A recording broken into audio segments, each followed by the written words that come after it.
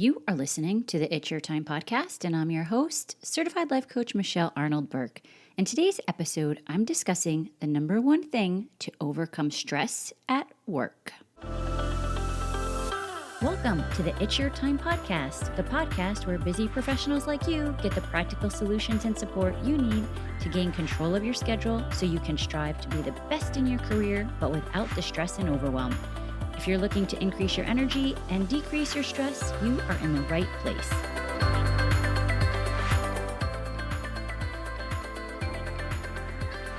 Hello, hello, hello. Welcome back to the podcast, friends. Here we are heading into Labor Day weekend.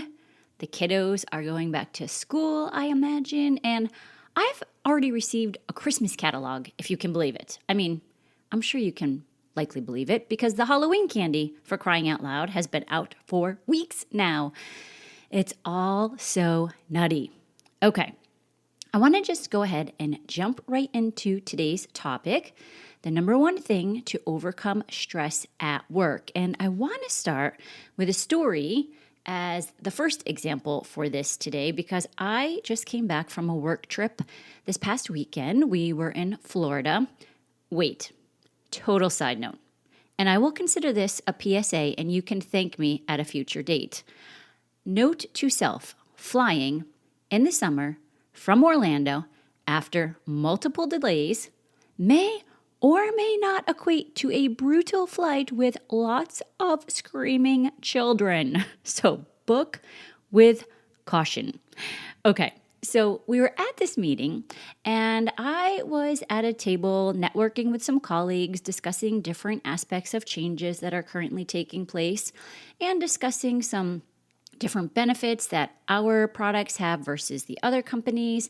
And as I was talking to the first rep, a lot of the conversation seemed to focus on all of the challenges and basically left an overall feeling that wasn't so great with what was going on. I would say maybe drained, maybe he was on the edge of burnout. Let's just say it didn't seem like everything was rainbows and daisies. And I had the same conversation, same question to another guy, and he was telling me about all of the opportunities and ideas he had, and things seemed to be going pretty well.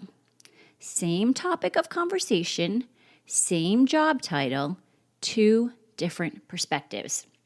So, what does this leave us? It leaves us with the fact that your job is not what causes you stress. I know. I used to think it was the job, so stay with me.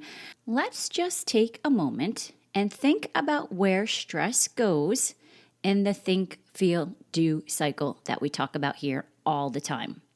Stress is a feeling, and feelings come from our thoughts. So the job would be the circumstance, and then what are your thoughts about the job? It's important to know what they are because it's the perspectives, the filters, the thoughts that determine your feelings. This is really great news, friends. You can always control your thinking.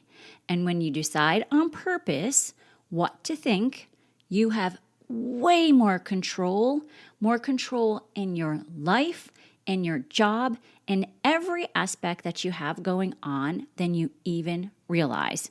And that is what determines how you feel on a day-to-day basis. I am telling you, knowing this can be life-changing. Because think about it. Here you are thinking that the job is what causes you stress. It leads you to, at some point, people are just hating the job so much that they want to leave. They might end up taking a step back. Maybe they go for a promotion. It can go in either direction, right? But if you're feeling stressed on a day-to-day basis, where do you then bring that into other aspects of your life? Where do you perhaps bring it into what's going on in your family life? Or where do you perhaps bring it into areas of your life that will ultimately leave you with the net negative effect that I often speak about here, meaning at the end of the day, you think that you are so stressed because of the job that you need to have that glass of wine in order to relax, or you need to go and get those cookies so that you can just calm down. And then you end up beating yourself up for the acts of eating the cookies or drinking the wine. When in fact, if we just get to the root of what is going on, the core issue, which is your thinking about the job, it can take off so many different layers. Let's take a different angle at looking at this specific to your job. Some people will say that their boss causes them to be stressed. Not so much, my friend. First off, don't give anyone that much power. No other person determines your feelings, ever.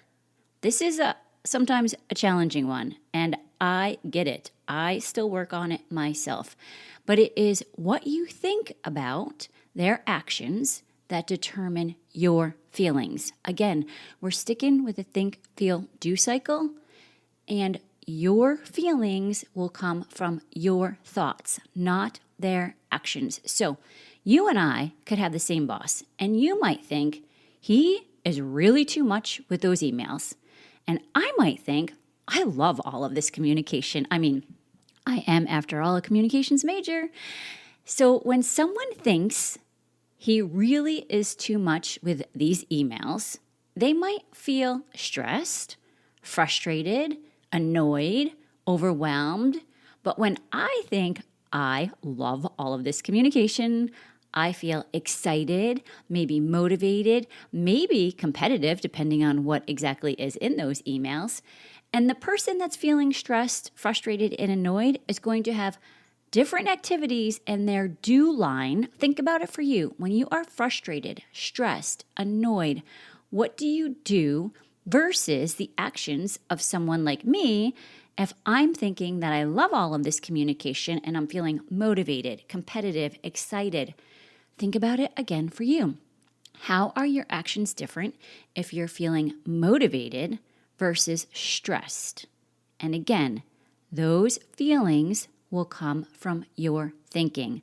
I'm telling you, once you really get this, everything changes. Now, I'm not saying you always have to feel amazing when people say things about you, perhaps that you don't agree with, but do not allow them the power by saying, they made me feel, insert whatever.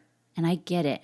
This is how we're often socialized as kids, thinking we might make somebody cry, for example, if we say something. Now listen, I'm not saying everyone goes around acting like jackasses and not be kind. That is not the message. The message is you're way more empowered knowing you get to decide on purpose how you want to think.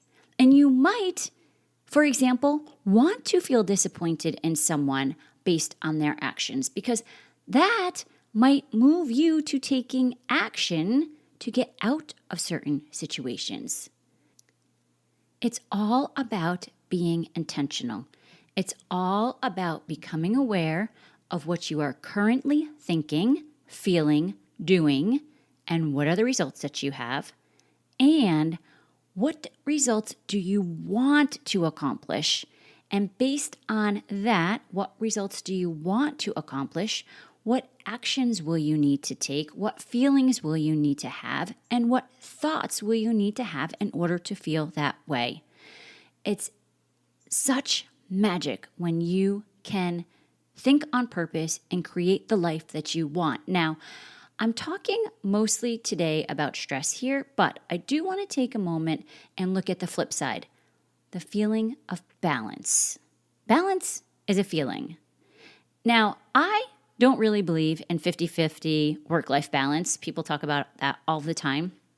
I believe in more integration and taking the action to integrate your life in a way that works for you. Again, a way that works for you. Not the standards of anything in society, not the standards of what your parents might expect, not the standards of what your siblings might expect, not the standard of what your work folks expect, the standards of what you desire. And integrating and taking action and feeling balanced, guess what? Also comes from your thoughts that bring you a sense of balance. Balance is not a destination of arrival to the final perfected schedule. And I think a lot of times we strive for this idea of work-life balance, right, in air quotes, or even work-life integration. We think it's this destination, this result. But balance is a feeling, and you get to create that feeling every single day. It's about being present in each moment. It's concentrating on work when you are at work and not thinking that you should be doing something else with the family.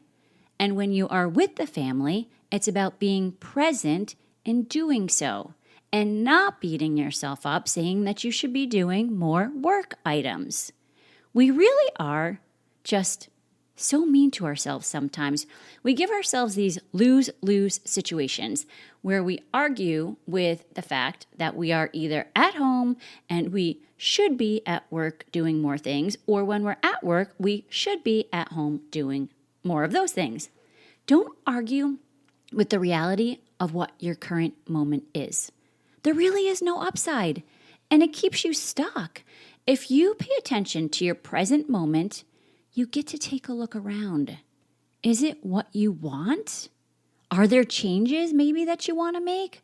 And you won't know that answer if you just keep going and going and going and telling yourself at every freaking corner that you should be doing something different. No more shitting on yourselves, okay? I love that. We shit on ourselves a lot, people. We need to stop that. Here's a little tip that I heard about how to stay present on a recent podcast with one of my dear friends and coach for vets losing weight, Nadina. She was talking about how she pays attention to her pinky. Now, she is a veterinarian herself, and so she said before she walks in to see a patient, she feels her pinky on the clipboard, and that brings her into the moment to know that she is going to be going in to help this patient. But she also did add a little caveat that there are certain circumstances where perhaps she might focus on her middle finger instead. I was dying. Right, friends? It's all about what works for you. Okay, so let's wrap this up. What if what I'm saying today is true? What if it's never the job that causes you stress? What if the number one thing that you really need to do is take a look at your thinking and decide on purpose if it is useful? What if you really are the one that is always in control? What would be different? Get curious. What are your current thoughts about your job? Get a pen and paper, write them all down. And if you want, feel free to use the notes section on your phone as well. Whatever works. And then ask yourself, what else could be true? A lot of times, we have these beliefs about our job that seem so ingrained, we think they're facts. Question it. Rarely are they facts. Most often, there are thoughts. And there are thoughts that we have thought consistently in a way that has made them into these beliefs that we ultimately believe are facts. Question it. And then get curious again. How do you want to feel about your job? What do you want to think about your job in order to feel that way?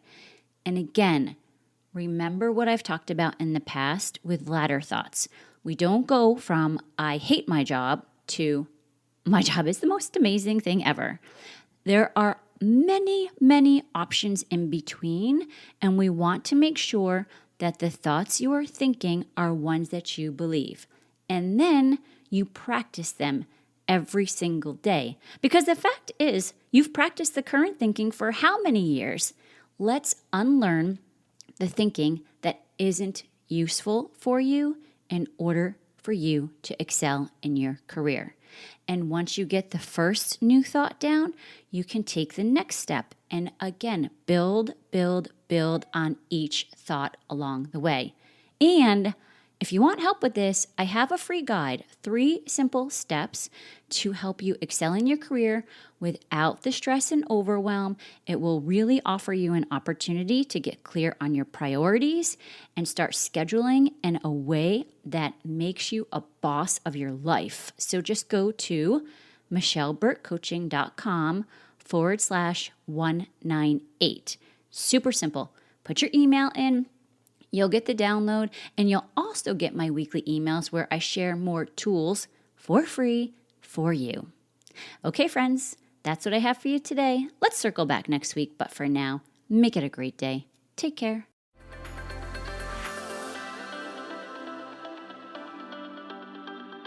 Did you know you can take this work to a deeper level with me one-on-one? Go to michelleburtcoaching.com and click on Get Started to begin.